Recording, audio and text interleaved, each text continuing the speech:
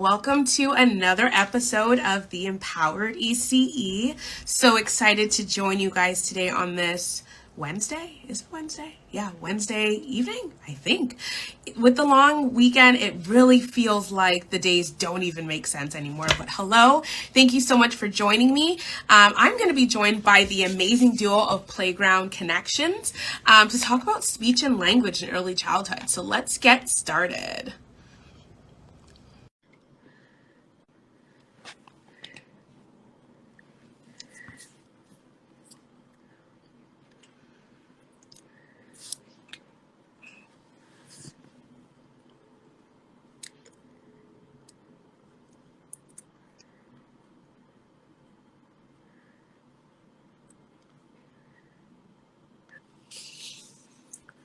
Okay, maybe your guests are taking a little bit of time to get on. No worries. Technical difficulties are always a part of the process. Oh, here we go.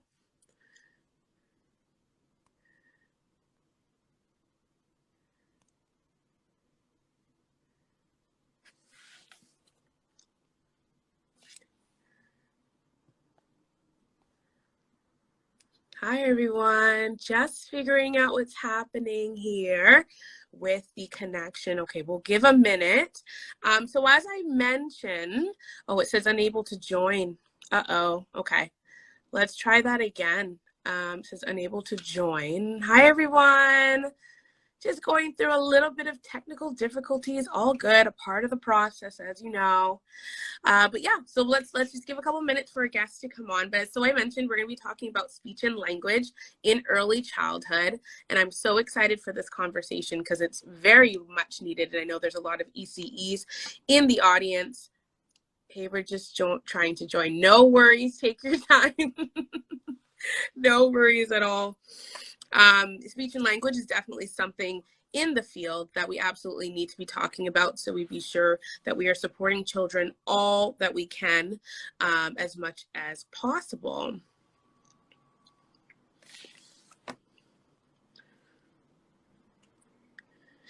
So for future episodes, I could talk about that too. Future episodes, we've got about 2 or 3 more left until I'm going to take a little bit of a break in the summer. And oh, I see another request. And then we will be back in the fall. Okay, so I got the request to join. Oh, here we go. Here's one. Hi. Hello. Hi. Hello.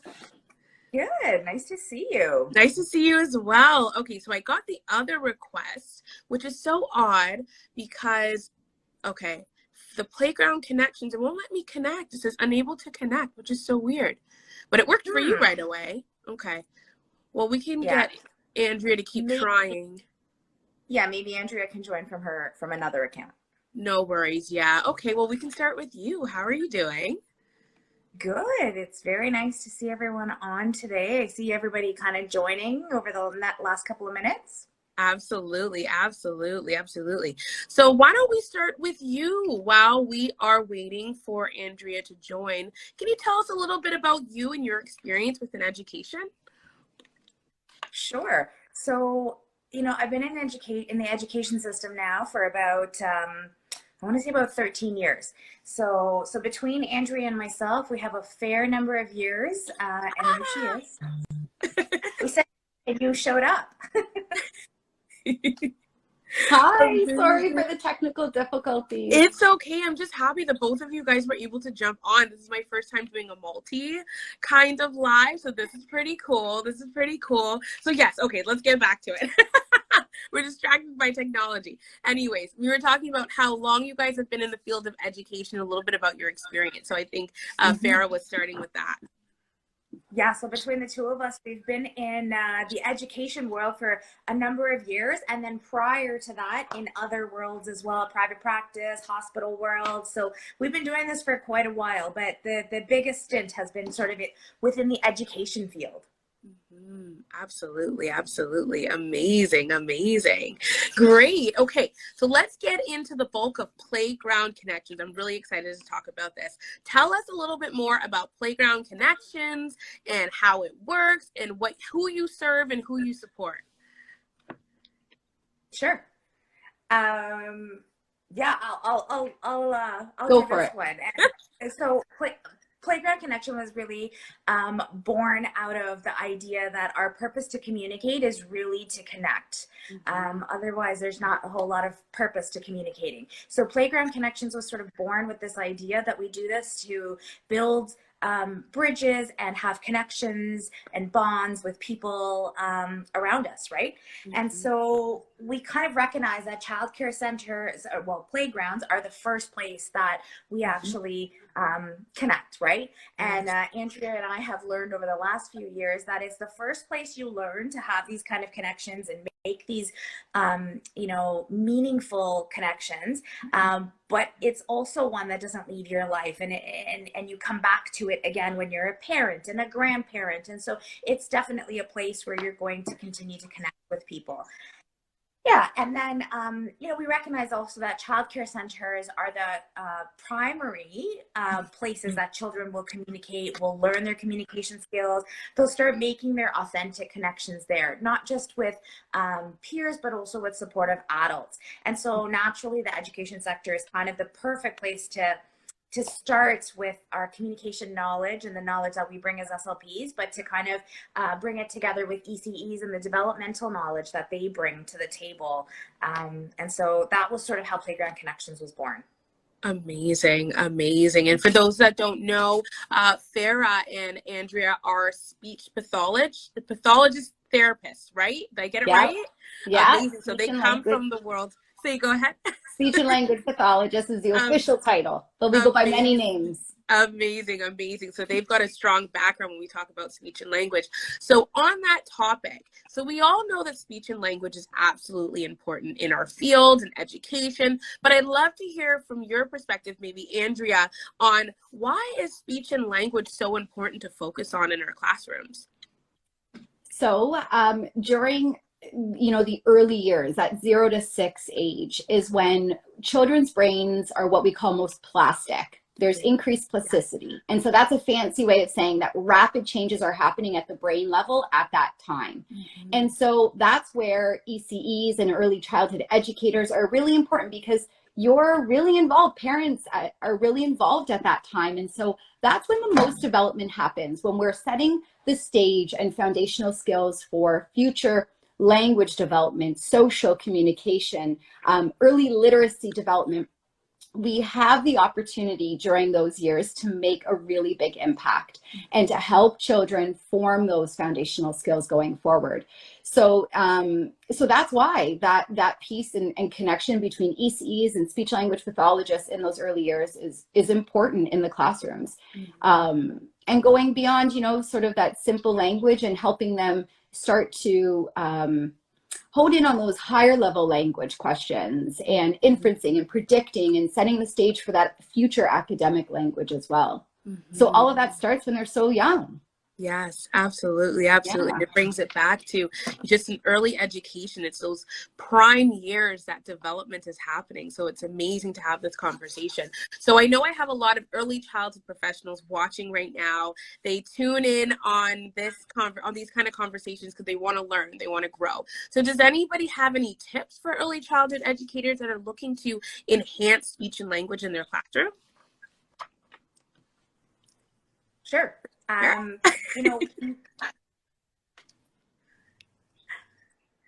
Sorry, it cut out for a second, but I can hear you again. So kind of, a lot of what we do when we talk about this kind of thing with early childhood educators, and knowing what Andrea said, right, that all of this is imperative. It's imperative that we work on providing this very rich language experience for kids this age.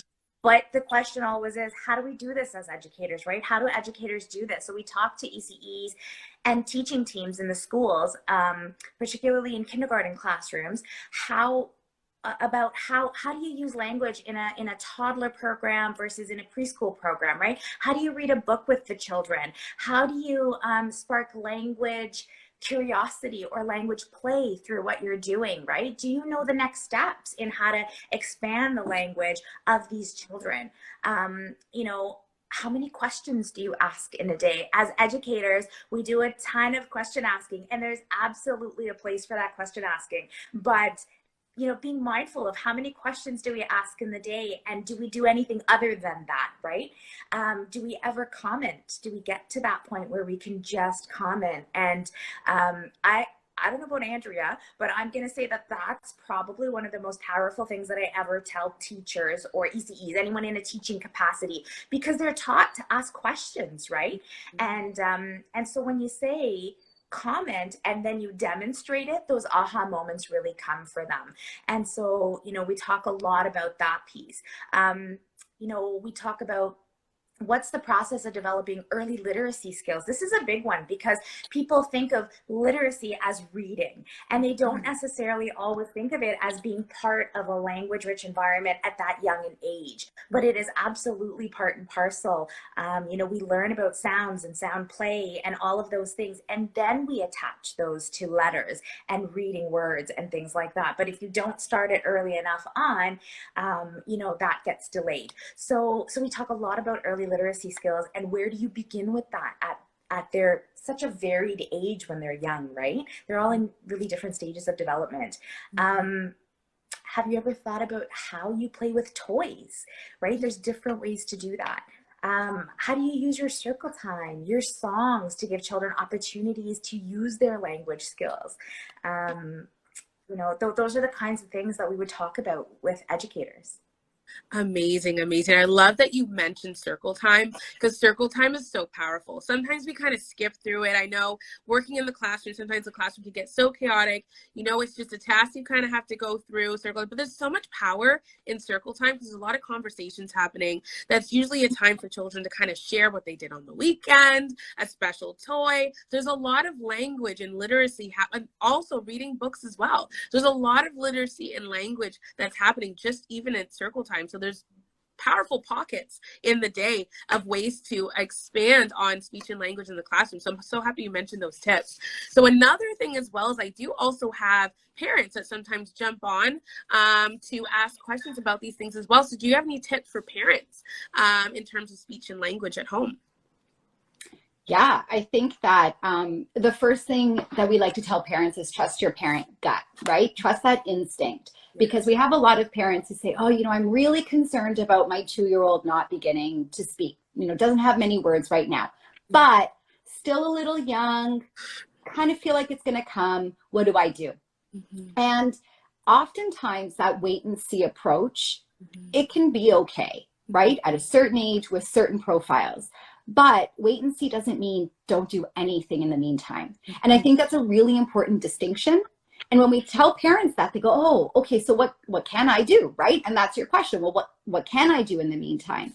And oftentimes it's about being mindful of the types of language, the type of language that you're modeling, right? Sort of what Farrah was getting at when she was saying, you know, modeling that good language, asking less questions or being mindful of how many questions you're asking. And the purpose of that is because we often do a lot of testing, right? What color is that? Is that a dog? And we do most of the talking that way for the kids, right? Especially for your little ones who aren't quite yet talking. Parents are really good at interpreting and anticipating what our kids needs. And so it's about holding back a little bit, right? It's about waiting a little longer because you'd be amazed at what happens when you give your child a little extra time. Yes. Right? We are not always comfortable with silence. Yeah. And we have to fill it in, and we need to jump in because I know I don't like seeing my child frustrated or, you know, trying to get something and can't get it on that top shelf. But those are the opportunities that we need to be mindful of and consider to be opportunities for language development right there, right? So when your child can't reach that favorite toy on that top shelf, instead of just grabbing it, which we're busy parents, I get it, grabbing it, giving it to your kid and letting them walk away. It's about modeling that word, right? Instead of saying, do you want that? Yeah. It's reducing that question and saying, oh, truck, Yeah. and waiting, right? And so just making those small changes and being really mindful, even, you know, with my little ones, as a speech and language pathologist, this is something Farrah and I do. We live and breathe this. Right. And yet, as a parent, it's a whole other world, right? Right.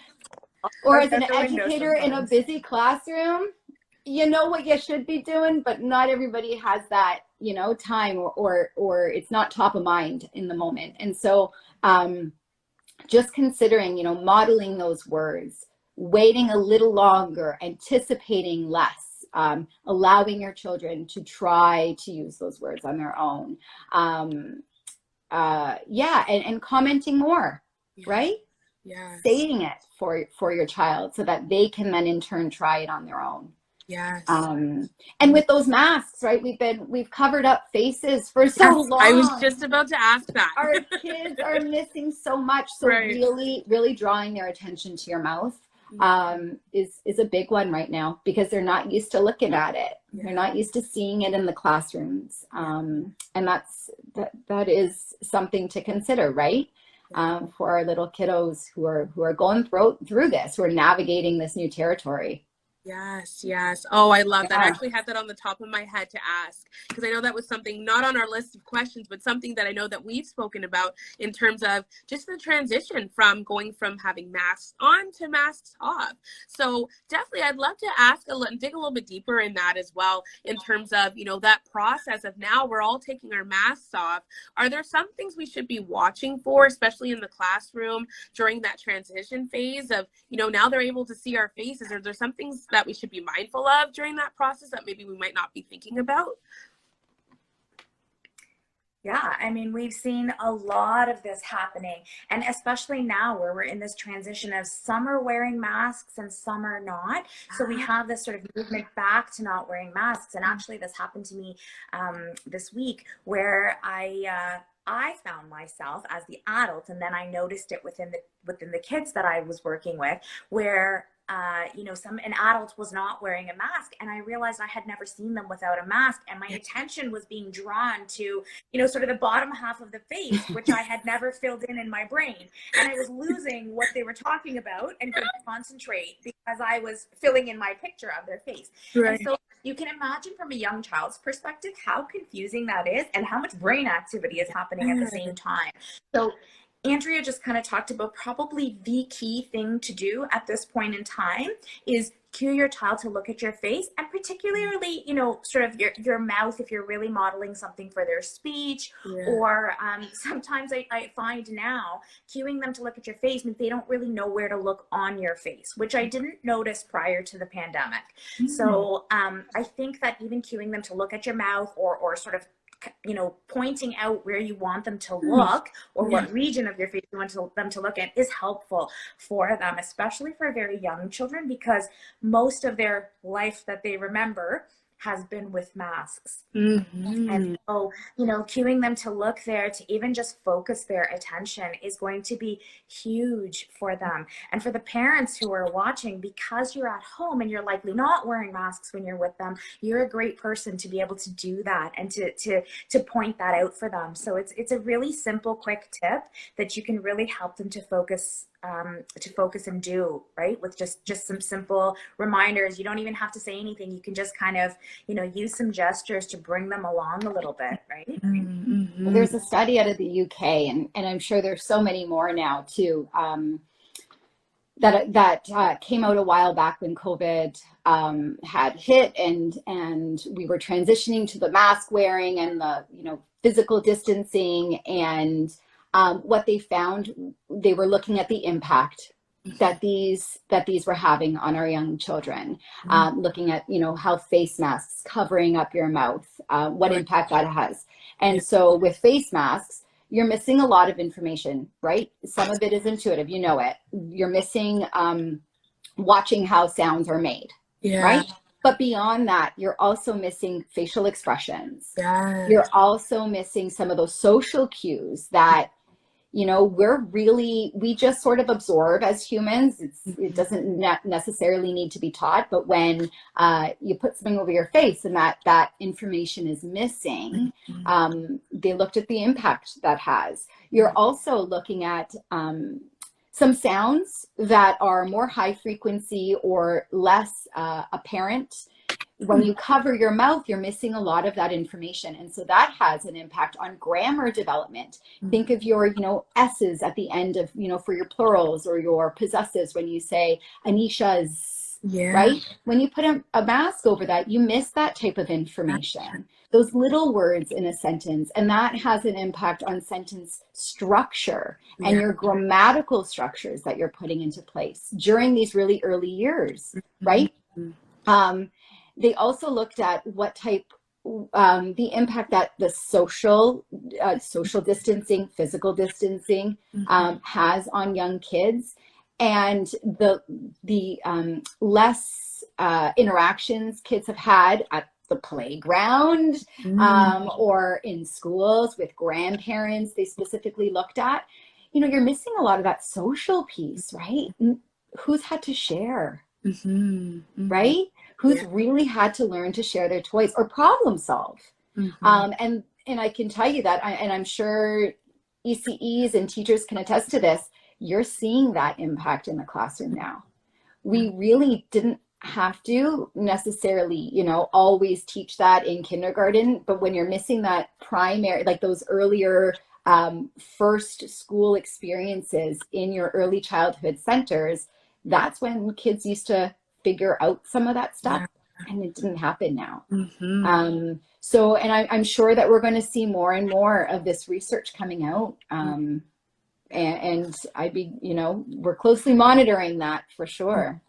Yeah, and you know, kind of to tag off of what Andrea was saying a minute ago, when, you know, some of the things that people are thinking that are affected is the expressive language piece. So that's the piece where we talk about kind of the language you put out, right? The sentences you speak, what you say, how it sounds is the speech part of it. So those are the things that people inherently think of as affected by wearing a mask and some of the COVID precautions. But the other things are the receptive language pieces. So when Andrea was talking about those, you know, the z sound at the end of Anisha's, that kids can't see, that holds meaning in English. So that tells us that that's possessive. That's something that Anisha owns, right? And it has a meaning. So you're seeing that comprehension of language, or what we call receptive language, also affected heavily for young children, because that's the time when they develop that.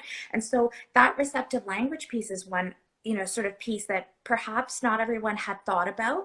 And the other piece in that social language piece that Andrea was talking about, not sharing, not being able to do the problem solving, not having as many opportunities, especially large group opportunities, to learn how to negotiate and use that language of negotiation and play to really do things. But where you see that is where people are talking about self-regulation.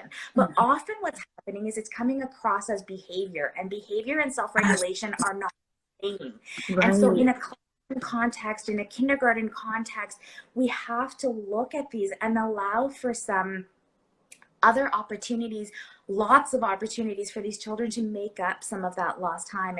And that's where ECEs and you know, teaching teams can really come together and do that. It takes patience and it takes recognition and reflection, but you know, the language piece has an impact on all of these other areas. And so it's important for people to know it, and we can do something about it, right? That's the good thing, but we have to recognize it first. Yes. Oh, this is golden. This is golden. So any educators that have felt that their classroom has been a little bit more chaotic since the masks have come off, there's your answer. There's a lot of things happening. There was a lot of things missing. And you made such amazing points. Like, I know just as simple as, you know, us adults going to the grocery store and we're talking with our masks on, you're like, huh, what? What are you saying? It's because we depend on so much when we're looking at people's faces when we communicate, that there's a missing piece. So definitely thinking about children in that aspect. There's a whole world of things to make sure that we're analyzing when we're snapping back into quote unquote normalcy, you know, back after COVID. So this is amazing, amazing details. Amazing. If I can add something, I also think that just thinking as an educator or parents, thinking about your positioning. going forward, right? Even with masks on or masks off. We often tell people to be mindful of how you're positioning yourself with children. And so adults are just inherently larger, right? We are up here, kids are down here, and we're often busy doing things. And it's really important to take the moment to get down to your child's level. And that will help with supporting that missing piece of information, that either if you do have a mask on, they can still get information from your eyes, and really overemphasizing that. And if you have a mask off, it also gives the child the opportunity to really tune into your mouth. And so just making sure that, and that's why, even circle time is really important, or small group circle times, because you're all at the same level. So really getting off of that chair and really being on the ground with the kids, it really helps, because kids get a lot of information from adults and their faces. So just recognizing your positioning when you're playing or talking. And I think one other thing, Anisha, sorry, we keep no, don't be sorry. No, this is good. This is good. One other thing, I think that it might be worth kind of mentioning here is that oral language is developed kind of incidentally, kind of by engaging in it and being within it. Written language is not developed that way. Written language is developed through direct instruction, right? We have to teach children to read. They're not going to learn it by just being around books. But oral language is learned by just engaging and being around things. And COVID or not, but COVID has really highlighted for people, whether they recognize it or not, that being in those social situations and in those opportunities for communication is where we learn this. No one taught them this. They kind of learned it by watching, or by trial and error almost, right? When they say something that they're not supposed to say, somebody's gonna kind of give them a boundary or whatever, those kinds of things. And so to recognizing that incidental, being part of it is such a huge component in oral language learning. So for classrooms, when you're doing these things, even if language wasn't top of mind when you're doing it, it's important. They're still taking it in and you don't even know it. Absolutely. Absolutely. Such amazing gems here. I know that we can absolutely talk all day about speech and language, because it's such an important topic. And I feel like it's actually not spoken about enough in the classroom, especially in early education, for sure. So I love this conversation, but you guys are an amazing dynamic duo. I love connecting with you. So my last question for you is, how can educators or centers actually connect and work with you? Yeah, so one of our most favorite things to do is actually collaborate with early childhood centers and education centers and offer workshops. And so we can do one-time workshops. We do series of workshops. You're talking about how to build oral language into the classroom, how to build early literacy into the classroom, phonological awareness, and understanding the relationship between play and language, and how to make small changes to what we're already doing in the classroom so that it facilitates that language development maybe a little bit more. And furthering the understanding of communication development, right? So early childhood educators or teachers have so much knowledge with child development, and it's really honing in on that communication piece, and just providing a more in-depth look at communication development and strategies how to promote this, right, in the classroom, how to strengthen that, talking about circle time, talking about book reading, and little changes that we can make to strengthen the communication piece or early literacy piece. So we do a lot of the workshop pieces, and we tailor them to what the needs are in the centers or in the schools. But that's one of the things that we are most passionate about. We also do parent sessions. So, we collaborate with other centers or schools, and we offer parent sessions where parents can come, and we do sort of like this. We ask and answer questions, or we provide them with information about language development. Parents have a lot of questions, and so we want to be able to answer those for them so that we're equipping them, right? With good information and then strategies on what they can be doing at home to promote the language piece. Yeah, and we also consult and do like curriculum development, go into the centers regarding specific students and consult with, you know, specific needs of the centers. So we do a wide range of things. That's amazing. Amazing stuff. And I love the piece about parent education and being able to pop in, because I know that I've had a couple of, you know, centers that are widely looking for opportunities to offer more resources to their families, but they're not exactly sure how. So that's a wonderful idea, you know, to bring you guys in to have a conversation with them and just maybe host a workshop or a parent night or something like that, that it has that, you know, speech and language background, especially, you know, for the parents that are either a little bit worried about a speech and language issues that might be happening, or maybe just the process of development. You know, parents are just eagerly trying to learn more about their child. So that's amazing. Okay, well, oh, one more question actually. How can anybody get in touch with you? Is it by email, by following along? Yeah, you can do any of that. So we're on Instagram at Playground Connections. You can check out our website, which is also playgroundconnections.com. You can email us or message us at any of those as well.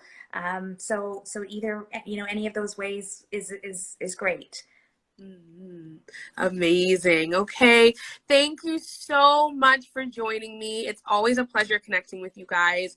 I love the amazing gems of information that you've shared. I know that the educators watching are just so excited to bring that back to their classrooms. And I'm sure they're going to be rushing you guys to have some conversations about speech and language, because especially that piece with COVID and just transitioning. I know even for myself going into some of these classrooms and coaching and consulting on my side, the classrooms are a little bit different. So they're looking for all the resources they can grab. So absolutely. Thank you so much for your time and have an amazing afternoon. Thank you for the opportunity. It was so nice to chat with you. We welcome any questions. Reach out to us at any time. Thank you. Take care. Bye. Bye. Bye.